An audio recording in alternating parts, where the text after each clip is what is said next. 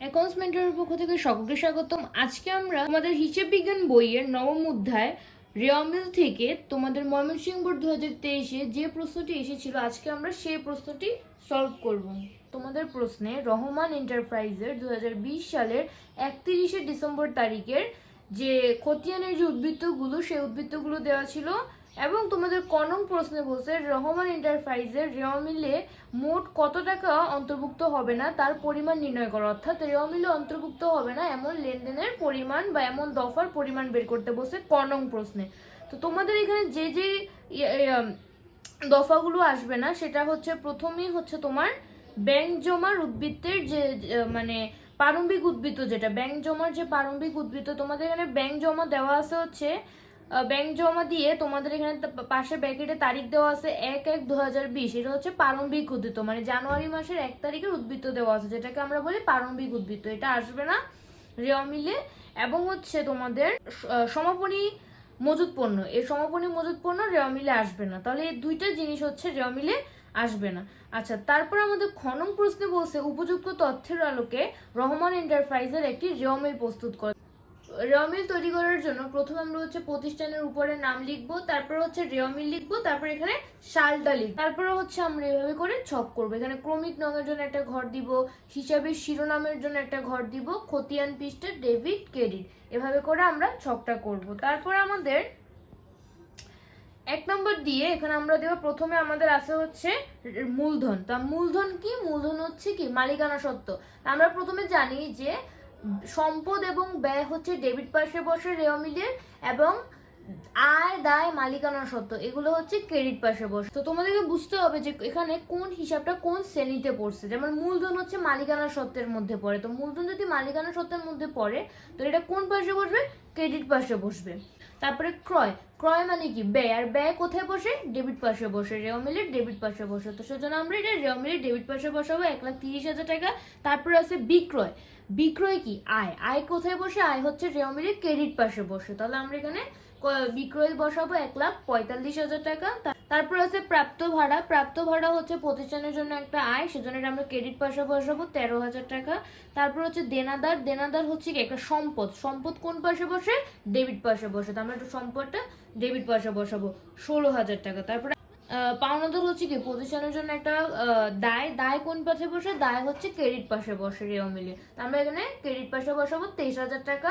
তারপরে হচ্ছে তোমাদের আয়কর, আয়কর মানে উত্তোলন, আর উত্তোলন কোন পাশে বসে? ডেবিট পাশে বসে। আমরা কারণ উত্তোলন কেন ডেবিট পাশে বসে? কারণ উত্তোলনের মাত্রায় মালিকানা সত্ত্ব হ্রাস পায়, মালিকানা সত্ত্ব হ্রাস পেলে কি হয়? ডেবিট হয়, সেজন্য উত্তোলন বা যেমন আয়কর এক ধরনের উত্তোলন, এটা হচ্ছে ডেবিট পাশে বসবে। কত টাকা? 5,000 টাকা। তারপর হচ্ছে ইজারা সম্পত্তি, ইজারা সম্পত্তি এক ধরনের সম্পদ, আর সম্পদ কোন পাশে বসে? ডেবিট পাশে বসে। তারপরে তোমাদের 9 নম্বরে আছে হচ্ছে ব্যাংক জমা, ব্যাংক জমার এখানে হচ্ছে ব্যাংক জমার হচ্ছে এখানে যে সমাপনী উদ্বৃত্ত সেটা আসবে, ব্যাংক জমার সমাপনী উদ্বৃত্ত আসবে। তো এখানে এই ব্যাংক জমা এটাও একটা সম্পদ, সেজন্য ডেবিট পাশে বসবে। তারপরে প্রারম্ভিক মজুত পণ্য, এটা হচ্ছে প্রতিষ্ঠানের জন্য একটা ব্যয় বা খরচ, যেটা আমাদের আমদানি ব্যয় বা খরচ কোন পাশে বসে? ডেবিট পাশে বসে, সেজন্য আমরা ডেবিট পাশে বসাবো। তারপর হচ্ছে আমাদের আসবাবপত্র, এটা একটা এটা হচ্ছে একটা সম্পদ, সেজন্য আমরা ডেবিট পাশে বসাবো। তারপর আছে বিনিয়োগ, বিনিয়োগ কি? বিনিয়োগ কি একটা ব্যবসার জন্য বিনিয়োগ হচ্ছে কি এটাও একটা কিন্তু সম্পদ, ঠিক আছে? বিনিয়োগ হচ্ছে একটা ব্যবসা প্রতিষ্ঠানের জন্য কি একটা সম্পদ, সেটা যেহেতু একটা সম্পদ সেটা আমরা কোন পাশে বসাবো? ডেবিট পাশে বসাবো। তারপর লভ্যাংশ প্রাপ্তি, লভ্যাংশ প্রাপ্তি এটা কি একটা আয়, ঠিক আছে? লভ্যাংশ প্রাপ্তিটা হচ্ছে প্রাপ্ত লভ্যাংশ বা লভ্যাংশ প্রাপ্তি, এটা হচ্ছে প্রতিষ্ঠানের জন্য কি একটা আয়, এটা কোথায় বসবে? ক্রেডিট পাশে বসবে 500 টাকা। তারপর হচ্ছে প্রাপ্ত বার্তা, প্রাপ্ত বার্তা এটাও কিন্তু কি প্রতিষ্ঠানের জন্য একটা আয়, তো প্রাপ্ত বার্তা যেহেতু একটা আয় এটাও আমাদের ক্রেডিট পাশে বসবে 12,000 টাকা। তারপরে তোমাদের হচ্ছে আছে রপ্তানি শুল্ক, রপ্তানি শুল্ক এটাকে একটা খরচ বা ব্যয়, তাহলে কোন পাশে বসবে? ডেবিট পাশে বসবে 13,500। তারপর সাধারণ সঞ্চিতি, আমরা জানি যে পাওনাদারের বার্তা সঞ্চিতি বাদে যত প্রকার সঞ্চিতি আছে কোন পাশে বসে? ক্রেডিট পাশে বসে। ক্যালকুলেশন করলে উভয় পাশে আসবে হচ্ছে 3,03,500 টাকা, এটা উভয় পাশেই কিন্তু আমাদের মিলে যাবে।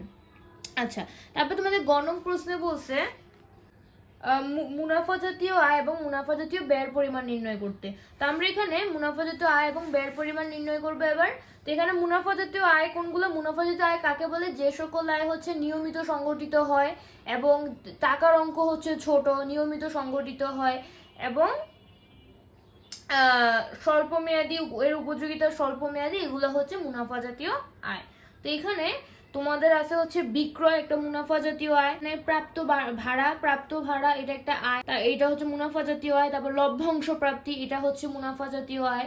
তারপর হচ্ছে তোমাদের প্রাপ্ত বাট্টা, এটা হচ্ছে মুনাফা জাতীয় আয়। এই চারটা হচ্ছে এখানে মুনাফা জাতীয় আয় আমাদের প্রশ্নে আছে, ঠিক আছে? তো আমরা এই চারটা লিখবো, এটা যোগ করলে আমাদের আসবে হচ্ছে 1,70,500 টাকা।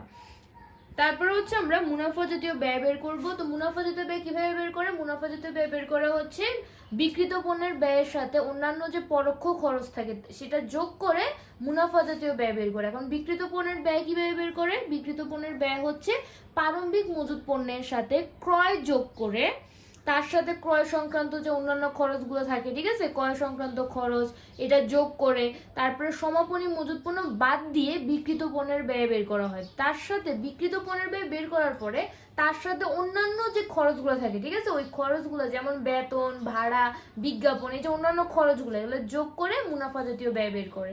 তো এখানে তোমাদের প্রারম্ভিক মজুত পণ্য ছিল 25,000, তারপরে তার সাথে ক্রয় আমরা যোগ করবো 1,30,000, তারপর আমরা বাদ দিব সমাপনী মজুত পণ্য।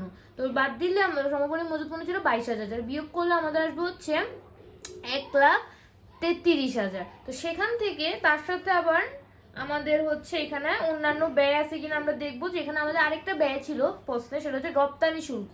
তো সেই রপ্তানি শুল্কটা যোগ করব, তাহলে আমাদের আসবে হচ্ছে 1,46,500 টাকা। তো এটা ছিল আমাদের মুনাফা জাতীয় ব্যয়। তো এইভাবে করে আমরা এই প্রশ্নটা সলভ করলাম। আশা করি তুমি ভালো করে বুঝতে পেরেছো।